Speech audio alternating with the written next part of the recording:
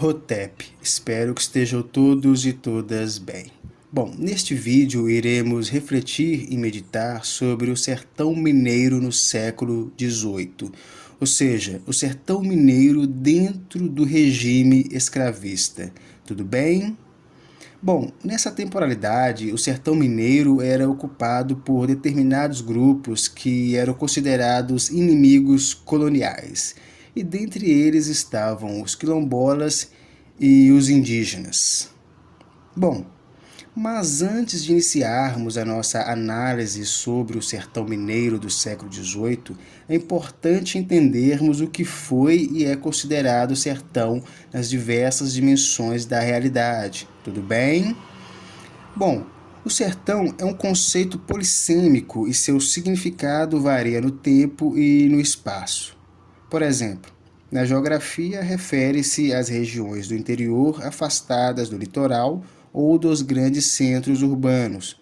Também correlaciona-se ao semiárido nordestino e pode concatenar-se às áreas do interior ou roças em outras partes do Brasil. Na literatura brasileira, a partir de Guimarães Rosa e Euclides da Cunha, o sertão aparece como o espaço de existência, de resistência, de luta e produto de um Brasil desigual e injusto. Já o seu significado cultural está associado à vida simples, ao mundo rural, às tradições e modos de vida do interior, em contraste com o modo de vida das cidades. Tudo bem? Assim, a ideia de sertão é complexa, tanto em nível nacional quanto em nível regional. Tudo bem? E o conceito de sertão que iremos tratar aqui é o histórico. E ele herdou o seu significado do período da invasão europeia e dos primeiros contatos entre os colonizadores portugueses e os indígenas. Bom, contextualizando esse fato histórico, poder-se-á depreender que durante a colonização, que iniciou-se pelo litoral, os primeiros contatos dos portugueses foram com os tupis, que ocupavam esse território. E eles eram considerados pacíficos e por isso foram facilmente e rapidamente dominados e colonizados. Ao colonizar os tupis e, consequentemente, o litoral, os portugueses se apropriaram de alguns valores tupis, e dentre eles estava o de enxergar as etnias que ocupavam o interior do território como inimigas e hostis. Entre esses grupos que ocupavam o interior estavam os tapuias, inimigos históricos dos tupis e ferrenhos guerreiros empenhados em expulsar os portugueses do território invadido. Assim, o interior passou a ser visto pelos portugueses como um sertão dos indígenas selvagens e bravios.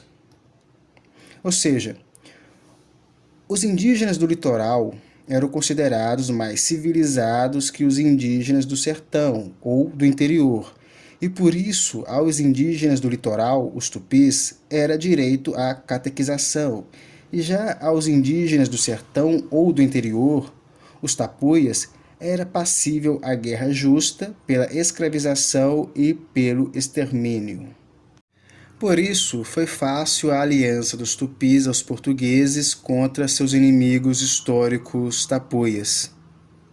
Bom, mas de todo modo, tanto os tupis quanto os tapuias eram considerados selvagens e ambos foram massacrados pelos europeus, mesmo os tupis que se aliaram a eles. Ipso facto, essas visões sobre os indígenas do litoral e do interior, ou sertão, reverbera uma das perspectivas elucidativas do significado de sertão, que de acordo com o tempo e espaço foi ganhando novos moldes, mas mantendo em seu âmago o conceito original. Tudo bem? Destarte, em geral, o sertão era tido como o oposto das áreas dominadas e ocupadas pelos brancos. Desse modo, As áreas que não eram dominadas e ocupadas pelos brancos eram consideradas incivilizadas e selvagens, ou seja, sertões. Bom, para respaldar-nos sobre as nossas análises em relação ao sertão mineiro do século XVIII, iremos analisar o texto intitulado O Mundo das Feras, os moradores do sertão oeste de Minas Gerais, século XVIII, de autoria da Márcia Amantino. Iremos enfatizar a parte 2, que trata sobre os rebeldes dos sertões. Tudo bem? Bom, então dentro dessa parte 2, sobre os rebeldes dos sertões, nós iremos tratar sobre os índios de Minas Gerais e as guerras justas. Bom, aqui a autora utiliza o conceito de índios, mas atualmente é um conceito obsoleto e arcaico, tudo bem, o correto é indígena, mas é compreensível, pois provavelmente na temporalidade que a autora escreveu, esses debates não eram tão aprofundados assim. Tudo bem? Também iremos tratar da questão dos quilombolas, o pior dos escravizados. Iremos entender por que os quilombolas eram considerados os piores tipos de escravizados dentro do contexto dos sertões mineiros no século XVIII. Tudo bem? Também iremos entender as diversas imagens negativas forjadas contra os quilombolas, tudo bem? E também iremos entender dentro deste contexto a questão dos vadios, aqueles que não têm lugar na boa sociedade. Tudo bem? Bom, aqui na parte que a autora trata sobre o quilombola, o pior dos escravos, ela utilizou um conceito obsoleto e arcaico que foi escravos, porque o correto é escravizados, porque assim se responsabiliza quem escravizou, ou seja, responsabiliza-se o branco por ter escravizado o negro e o indígena, tudo bem? E também tira a ideia de uma escravidão inerente, de uma escravidão ontológica, tudo bem? Porque reflete e medita sobre uma escravidão ôntica, condicionada a fatores históricos, tudo bem? Porque a escravidão ela não foi inerente e ela não foi ontológica ao negro e ao indígena, mas sim imposta, tudo bem? Foi uma condição imposta a esses povos por terem perdido as guerras contra os europeus, contra os brancos. Tudo bem? Bom, a partir do resumo do trabalho de Márcia Amantino, ela diz que este trabalho é um estudo sobre o processo de ocupação ocorrido sobre as áreas do interior da capitania de Minas Gerais durante a metade do século XVIII. Naquele momento, o contexto nessa região estava condicionado à necessidade de se encontrar terras para aumentar as extrações de ouro, aumentar a agricultura e, consequentemente, incrementar a arrecadação dos impostos devidos à metrópole. Para tanto, era necessário buscar a incorporação de novas áreas. Em função desses objetivos, foi criado na metrópole e transferido para a colônia um projeto civilizacional baseado no controle sobre as populações que viviam nestas áreas e na montagem de expedições enviadas a várias partes da capitania. O objetivo destas era civilizar e povoar estas áreas com grupos que pudessem ser controlados. Era necessário limpar os sertões de seus moradores considerados indesejados, ou seja, índios tidos como bravios, quilombolas e vadios. Para justificar essas expedições, foram criadas inúmeras imagens negativas a respeito destes moradores, e para cada um deles foram desenvolvidas atitudes específicas. Todavia, todas negavam o direito a estas terras por estes grupos. Bom, a partir desse resumo da autora Márcia Amantino, poder-se-á depreender que no interior da capitania de Minas Gerais, durante a segunda metade do século XVIII, havia uma necessidade exacerbada de se encontrar terras para aumentar as extrações de ouro e também para fomentar a agricultura e maximizar a arrecadação dos impostos devidos à metrópole. e para isso era necessário buscar a incorporação de novas áreas. Dessa forma, a coroa e as elites auríferas e latifundiárias mineiras fomentaram diversas expedições enviadas a várias partes da capitania que eram ricas em ouro e propícias à agricultura. Mas muitas dessas terras eram ocupadas por indígenas e quilombolas, que eram considerados grupos indesejados.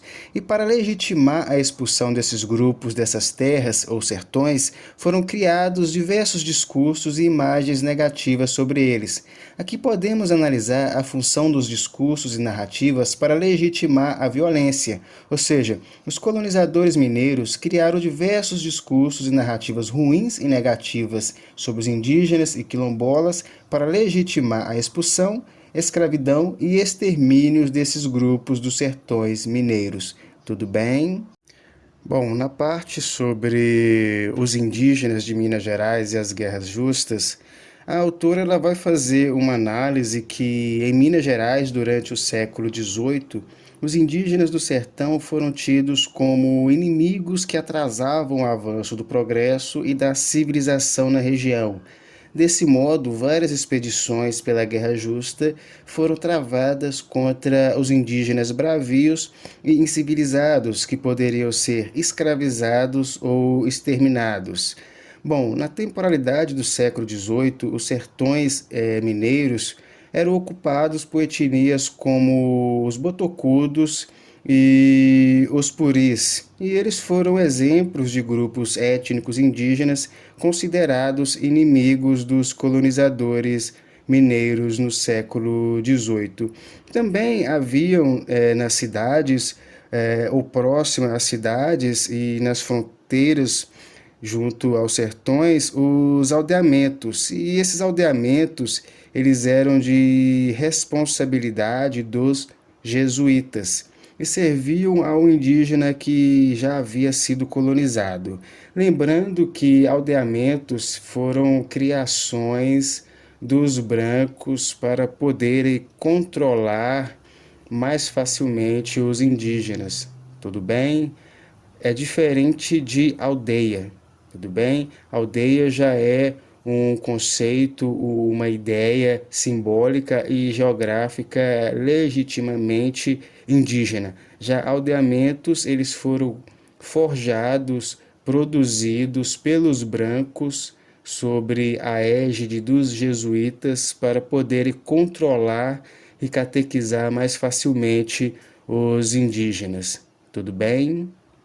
Bom, então em relação aos negros e suas representações, a autora vai analisar que, em relação ao negro, sua escravidão estava relacionada à maldição de Cã e considerado um outro inferior, e portanto a escravidão era para salvar sua alma e inseri-lo no mundo civilizado. E assim haviam diversas imagens negativas sobre o negro, e elas se agravavam quando se tratava de um negro fugitivo. Então, ou seja, existiam diversas imagens negativas sobre o negro escravizado, o negro forro, o negro livre. Mas pior do que esse negro que aceitava a escravidão era aquele negro fugitivo. Então, ou seja, eram os negros que fugiam das senzalas e iam para os quilombos, por exemplo. Então, esse negro fugitivo ele era considerado o pior dos negros. Tudo bem? E a autora também vai analisar que, para os colonizadores mineiros do século XVIII, pior do que um negro que já aceitava a escravidão era o negro fugitivo, mas pior do que esse negro fugitivo ainda era o negro quilombola, né? Então, ou seja, porque esse negro quilombola, ele somava a rebeldia, né, do escravo fugitivo e também somava a possibilidade de formar uma sociedade paralela e funesta à estrutura colonial, ou seja, os quilombos. Né? Então, na temporalidade do século XVIII, em Minas Gerais, os negros, independentemente se eram escravizados, forros, livres, eles tinham diversas imagens negativas sobre o seu corpo e sobre a sua forma de lidar com a realidade. Mas existiam tipos de negros que eram considerados piores ainda, né, que segundo a Márcia Mantino seria o negro fugitivo, aquele que fugia das senzalas, e o negro quilombola, aquele que fazia parte dos quilombos.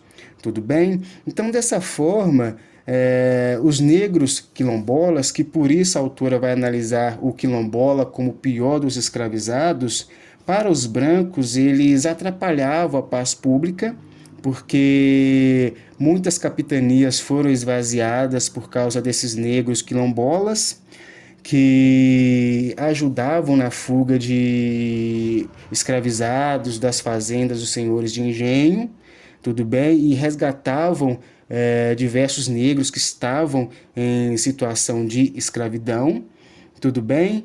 E também para os brancos, os negros quilombolas, eles eram considerados os piores tipos de negros porque eles impediam o avanço da civilização aos sertões. Então, para esses brancos, o negro quilombola, por ele ocupar os sertões, ele atrasava o avanço da civilização branca aos sertões, tudo bem? E ele atrapalhava também a paz pública por tentar resgatar outros negros da escravidão, tudo bem?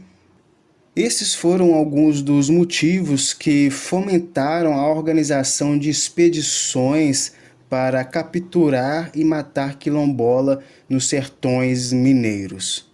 Bom, no que tange aos vadios, segundo Márcia Mantino, haviam duas concepções sobre a vadiagem.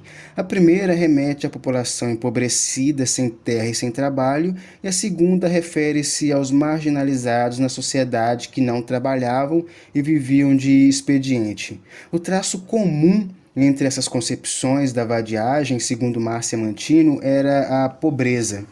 Geralmente a vadiagem estava relacionada aos mestiços negros, forros e alguns brancos, que eram vistos como causadores de desordens e problemas sociais, que colocavam em risco a disciplina de uma sociedade estamental. Assim, os vadios se encontravam nos centros urbanos e personificavam o perigo interno, porque, ao contrário dos quilombolas e indígenas que viviam distantes nos sertões, o vadio se encontrava dentro dos centros urbanos e, por isso, a sua criminalização serviu ao controle. E existiu até uma lei, né, que criminalizou os vadios, que foi a lei da vadiagem, tudo bem? E, segundo Márcia Mantino, o dilema era que os vadios poderiam ser usados a favor da civilidade contra os sertões, combatendo indígenas e quilombolas, e dessa forma os vadios eram retirados das vilas e inseridos nas fronteiras entre as áreas urbanas e o sertão, para defendê-las dos indígenas e dos quilombolas, tudo bem? Então, destarte, haviam diversos grupos étnicos que compunham o sertão mineiro, e o considerado mais perigoso era o quilombola, que para os colonizadores deveriam ser destruídos a qualquer custo. Bom, agradeço a atenção e espero que fiquem todos e todas bem.